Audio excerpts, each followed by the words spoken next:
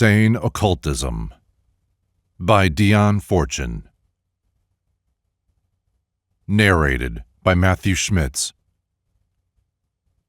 3. The Deeper Issues of Occultism. What is occultism?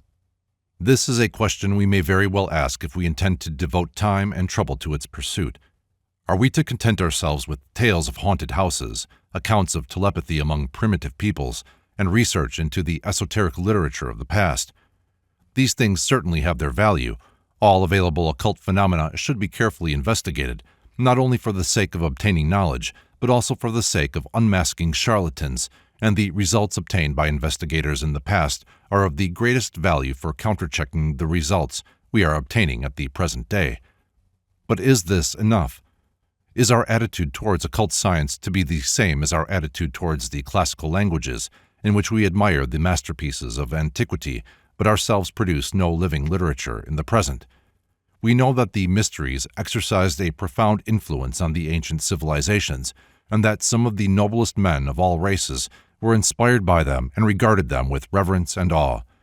Are the phenomena we call occult merely those of the seance room on a larger scale, or, in addition to the little-known laws of nature whose operations we seek to penetrate, is there an energizing spiritual influence such as raised the consciousness of the initiates of old and gave them a deeper understanding of their gods?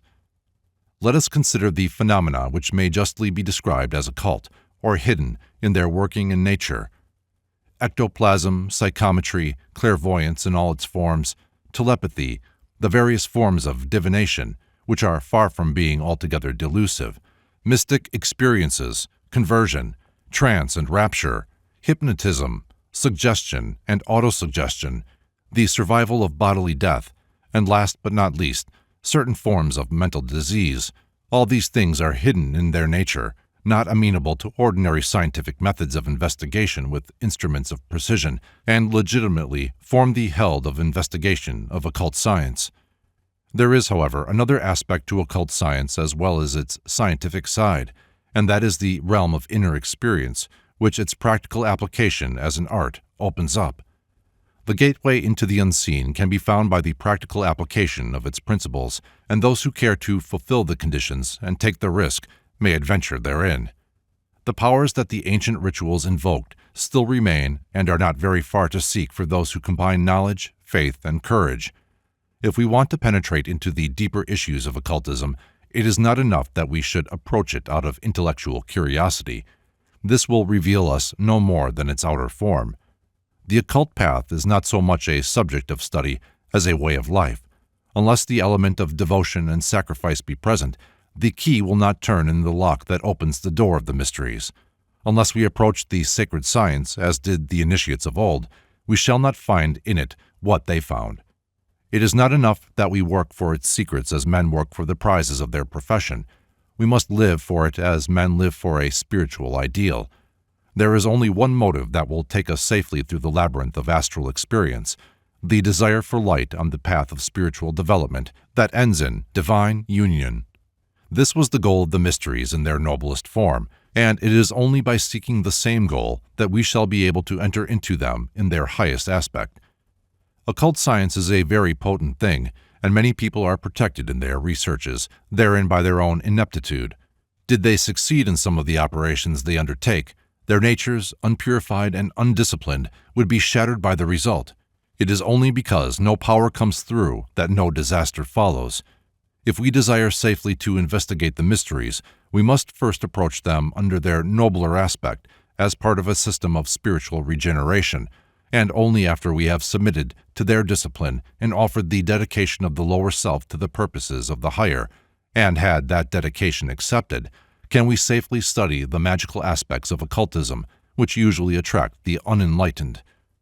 Our intellectual questionings can only find their resolution in spiritual illumination.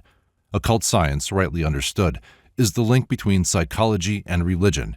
It gives the means of a spiritual approach to science and a scientific approach to the spiritual life.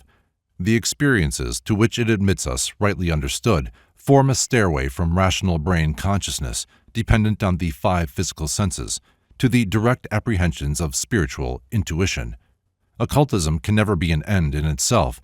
It does but open up a wider horizon that ever recedes as we approach it. We are still in the realms of appearance.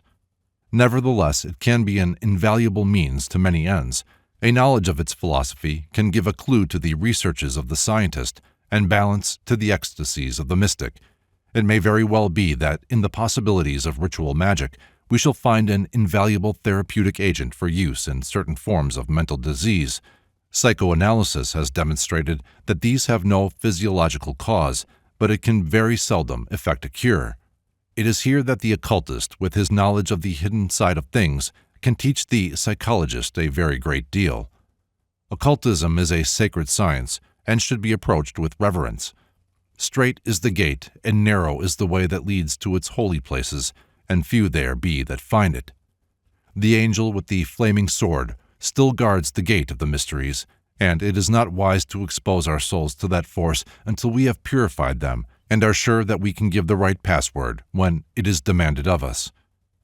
There comes a time in the experience of every student of occult subjects, provided he is sufficiently interested in them, when the ideas that occupy his mind begin to affect him, and the unseen world of which he has read is slowly rising above the horizon of consciousness, and the subtle is becoming tangible.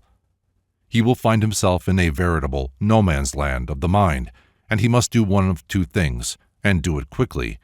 He must either bolt back into his body like a rabbit down its hole, or he must press on and open up the higher consciousness. But one thing he must not do.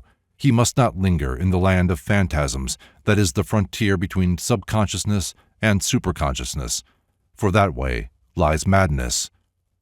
When he comes to the gate of the higher consciousness, however, he will be met by the angel of the threshold, who will ask him the age-old question that he must answer before he can pass on, and the answer to this question is not any shibboleth that admits to a secret society, but the very reasonable query to be addressed to the stranger who knocks at any door. What is it you want? And the answer to that question will depend not on the knowledge but on the character of the applicant. If rightly answered, the way will be made plain for his advancement, and if wrongly answered, he will be left to find his way back to the earth plane as best he may, and that is neither a very pleasant nor a very safe experience. To study occultism is to connect oneself up with a great powerhouse in the unseen. There may be no tangible results because one's nature is made of non-conducting material, or because doubt of the reality of the phenomena investigated prevents the terminals of the psychic contact from being pushed home in their sockets. Knowledge and force form the two arcs of the circuit, and when these are conjoined, the power flows through. A nature which contains no force can study the sacred science and no results will be brought about, and a nature which has no knowledge will be unable to utilize its force, but where there is both knowledge and force, it is only a matter of time till some illuminative idea gives a sudden glimpse of the significance of the inner life which contemplates the contact, and that person, for good or evil, is in circuit with the unseen powerhouse. For occult science in itself is neither good nor evil, save as it is used, and that is why it is so necessary to approach it with clean hands, a pure heart, and a disciplined and dedicated will. Occultism is not child's play, and it is very far from being foolproof. For its pursuit, strength is required as well as purity, but all who have touched its deeper issues unite in declaring that it is no will-o'-the-wisp, dancing over a bottomless bog, but a true path to the light, though narrow as a razor's edge.